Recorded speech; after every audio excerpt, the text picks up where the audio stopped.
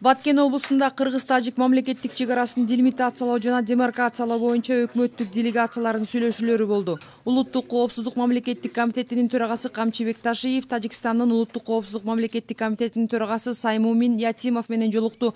Сүйлөшүүлөрдүн жүрүшүндө тараптар түзүлгөн кырдаалды жана кыргыз-тажик мамлекеттик чек арасындагы чыр чатакты жөнгө салуу боюнча мындан аркы аракеттерди талкуулашкан. Саймумин Ятимов кыргыз-тажик чек арасында болгон окуя кайра кайталанбашы керектигин айтып, эки эл бири-бири менен достукта жашоосу керектигин белгилеген. Мы должны, политики, решать.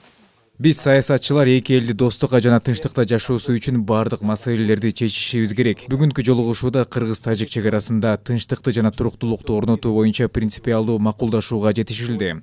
Мен эң кыска убакытта биздин эки дос элдердин достукта бири-бирин түшүнүү менен толук туруктуулук орнотулушуна ишенем. У нас произошла трагедия двух стран. Биздин элдер оор күндөрдү баштан кечирип жатышат. Бул жагдай эки өлкө үчүн кайгылуу окуя болду.